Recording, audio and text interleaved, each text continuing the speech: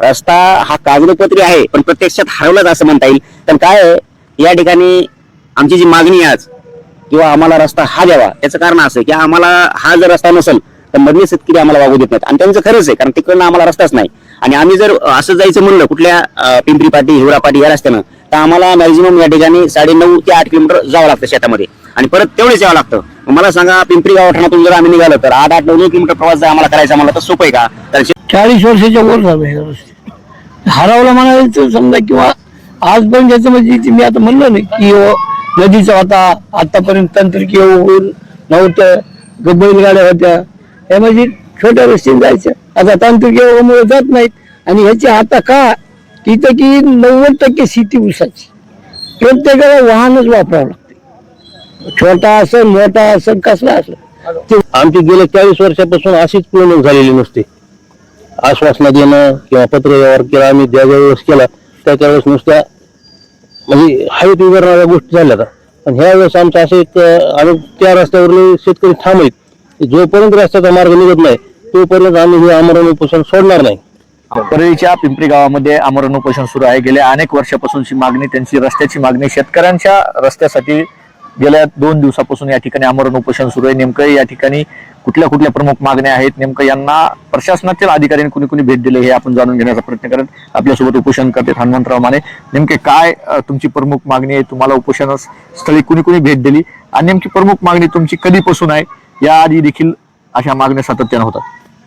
मागच्या 40 वर्षापासूनचा जो प्रश्न आहे आमचा पोहणी रस्त्याचा, या रस्त्याच्या अनुषंगाने आम्ही या ठिकाणी रस्त्याची कुठेतरी आम्हाला जी अडचण आहे ती अडचण दूर व्हावी, शेतकऱ्यांसाठी रस्ता खुला व्हावा म्हणून आम्ही या ठिकाणी आमरण उपोषणचा हा एकमेव मार्ग या ठिकाणी निवडलाय. त्याचं निवडण्याचं कारण असं की मागील 2007, 2023, 2024 अशा सातत्याच्या मागच्या काळामध्ये आम्ही प्रशासकीय वर्गांना या ठिकाणी रस्ता खुला करून द्यावा म्हणून नेहमी आम्ही मागणी केली आहे. या मागणीचे आमच्याकडे दस्तावेज आहेत, पण कुठेही या मागणीच्या दस्तावेजावर वेगवान प्रक्रिया या ठिकाणी आम्हाला प्रशासकीय वर्गाकडून पाहायला न मिळाल्यामुळं आम्ही अंतिम टप्पा म्हणून हा आमरण उपोषणाचा मार्ग या ठिकाणी घेतला आहे.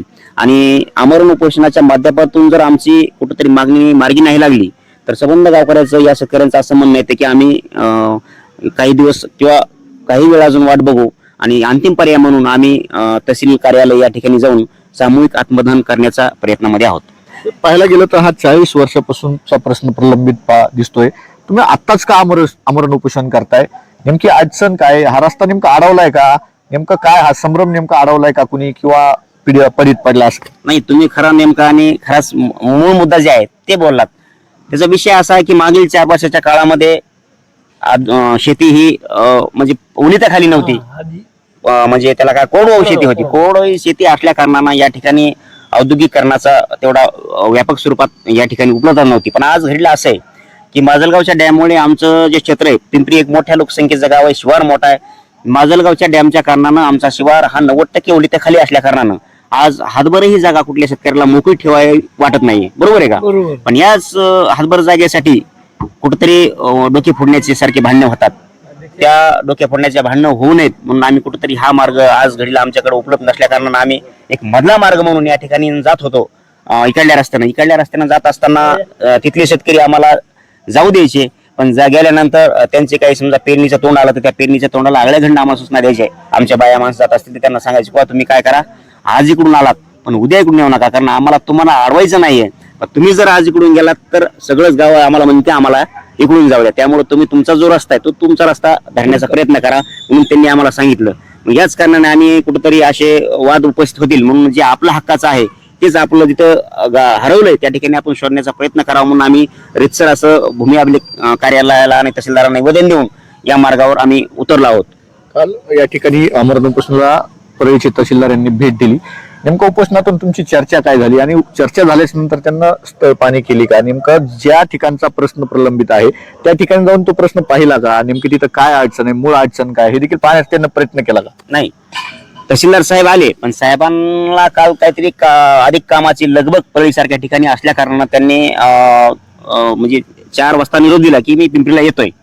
पण त्यांनी एक 6:30 किंवा 6च्या पूर्ण झाले ते. मग 6च्या पूर्ण आल्यानंतर अगदी उचितच तसं आम्हाला वाटलं नाही किंवा एवढ्या उशिरा त्यांना तिथं न्यावं आणि स्पॉट दाखवावा, कारण तो स्पॉट पाहण्यासाठी त्यांना पायी 1 किलोमीटर चालावं लागेल. म्हणून कुठेतरी दुसऱ्या वेळेस ते आले तर आम्ही अग्रगण्य अशी मागणी करू की साहेब तुम्ही स्पॉटवरती चला आणि स्पॉट बघून त्याचा तो काय अहवाल आहे ते तुम्ही ठरवा. तुमच्या चर्चेमध्ये काय झालं नेमकं? त्यांना काय आश्वासित केलं?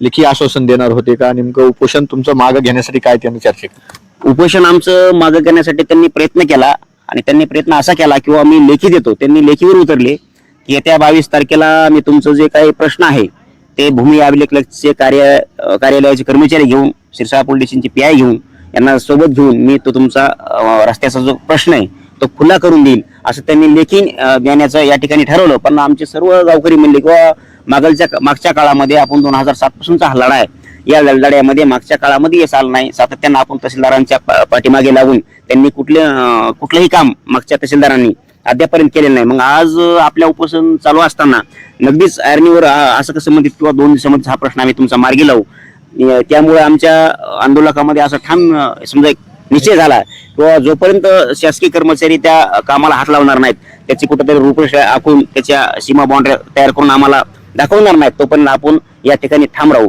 त्यांची 22 तारीख आहे तर आपण 22 तारखेपर्यंत या ठिकाणी उपोषण चालू ठेवू. मानेसाहेब, पाहायला गेलं तर सामाजिक कार्यात तुम्ही अग्रेसर असताना देखील तुम्ही असे अनेक वेळा प्रश्न पाहिलेत की आमरण उपोषण किंवा एखादं आंदोलन केलं जातं, कुणास तरी विरोधात केलं जातं किंवा रस्ता कोणतरी अडवलाय म्हणून आमरण उपोषण रस्ता काढून देण्यासाठी.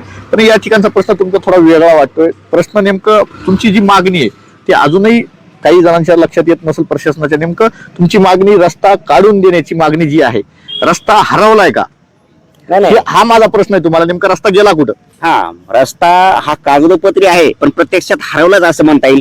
कारण काय आहे, या ठिकाणी आमची जी मागणी आहे आज किंवा आम्हाला रस्ता हा द्यावा, त्याचं कारण असं आहे की आम्हाला हा जर रस्ता नसेल तर मधले शेतकरी आम्हाला वागू देत नाहीत. आणि त्यांचं खरंच आहे, कारण तिकडनं आम्हाला रस्ताच नाही.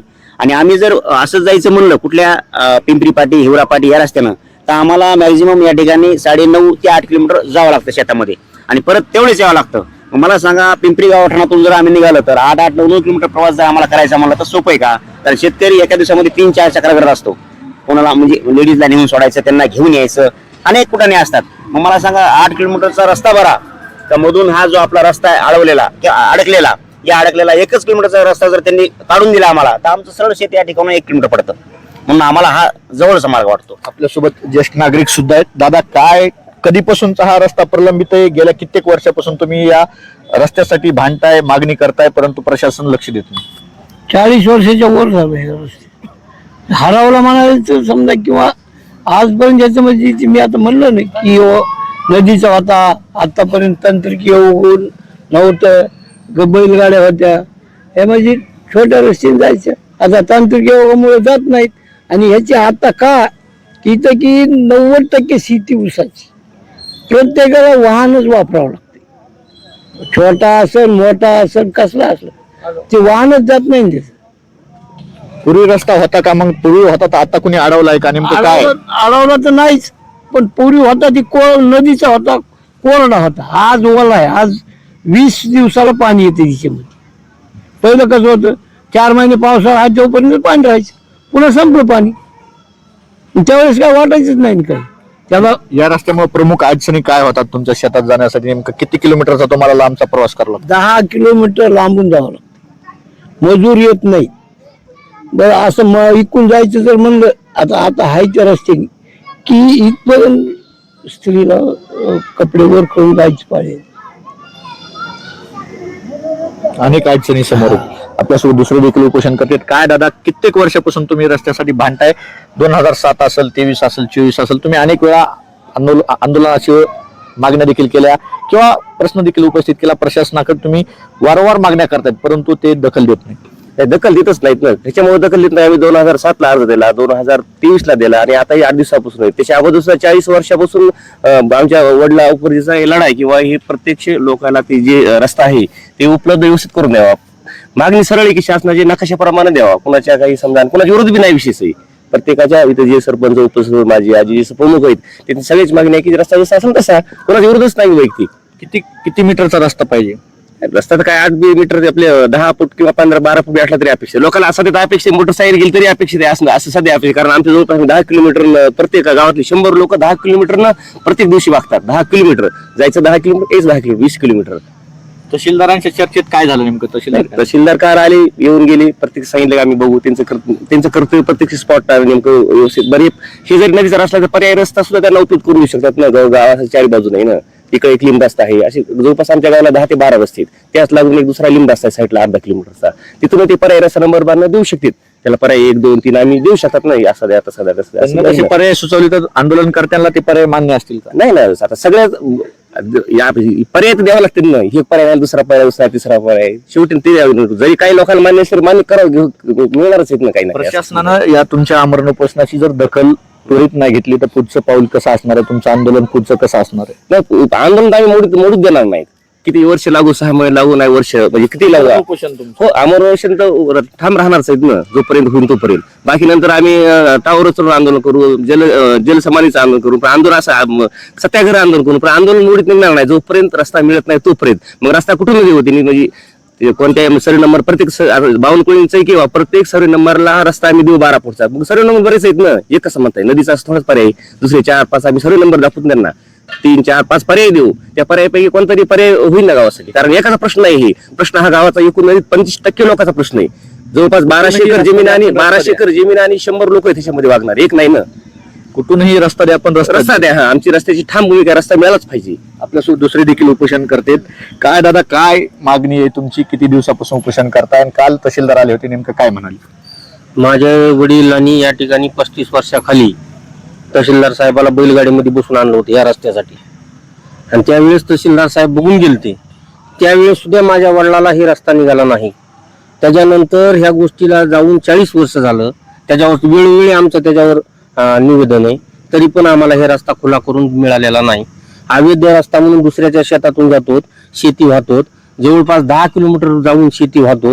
रोजगारी येत नाहीत. आम्हाला बी एखादा कंटाळा येतोय. आणि जर गेलोत कुणाच्या शेतातून तर ते म्हणतात तुमचा रस्ता कुठे आहे, असं आम्हाला वारंवार म्हणतात.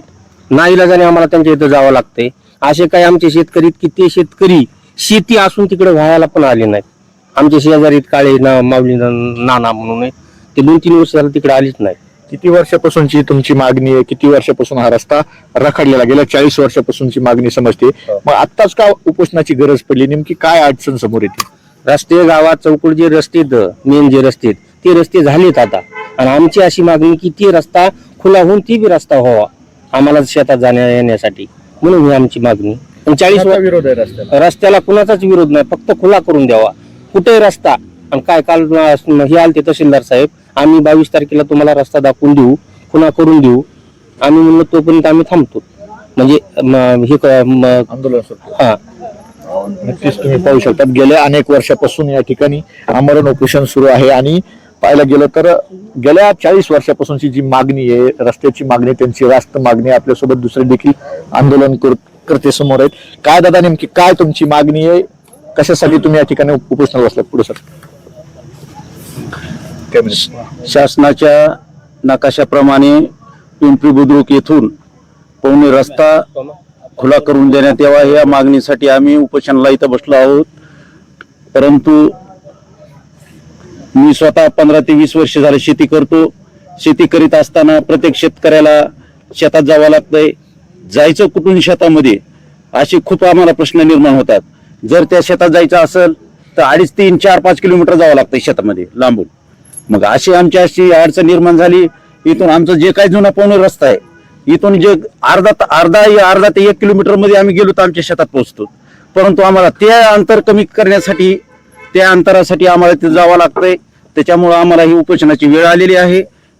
सरकारला विनंती, आपली शासनाला विनंती आहे, जे काय प्रशासन असेल, तहसील प्रशासन यांना आमची विनंती असेल किंवा तहसील प्रशासनानं जे काय आमची अडचण आहे ती अडचण दूर करून आम्हाला रस्ता काढून देण्यात यावा, ही आमची विनंती आहे. आपल्यासोबत दुसरे देखील उपोषण करतात. काय आपण नेमकी काय मागणी आहे? कालपासून तुम्ही उपोषण करताय. काय नेमक्या प्रमुख अडचणी आहेत? काय त्या रस्त्यावर सध्या काय अडचणी येत आहेत? तहसीलदार नेमकं काय काल म्हणाले? साहेबाचं म्हणणं आलं की आम्ही 22 तारखेपर्यंत आम्हाला वेळ द्या. भूमी अभिलेखला बोलून त्यांनी इथून फोन पण लावला होता. ते भूमी अभिलेखचा माणूस कोणी येईल आणि ते तुम्हाला मोजणी करून खुणा करून देईल. आमची गेल्या 40 वर्षापासून अशीच पिळवणूक झालेली नसते.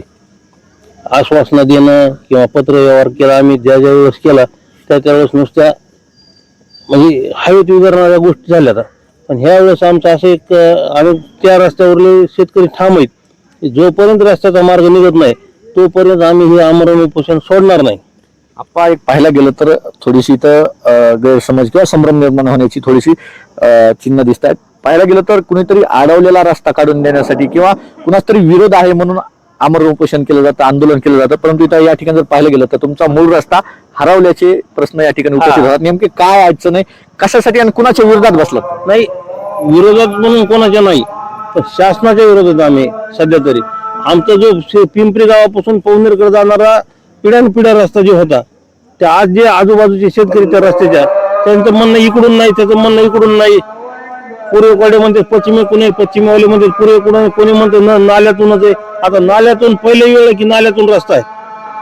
तर ठीक आहे, कुठून जिथून असेल तिथून आम्हाला फक्त तहसीलदार साहेबांना येऊन आमचा रस्त्याचा मार्गी लावावा आणि जिथं असेल त्या ठिकाणी आम्हाला खुणा करून दिले की आम्ही आमच्या लोकवर्गणीतून ते रस्ता करून घ्यायला आम्ही सक्षम आहे.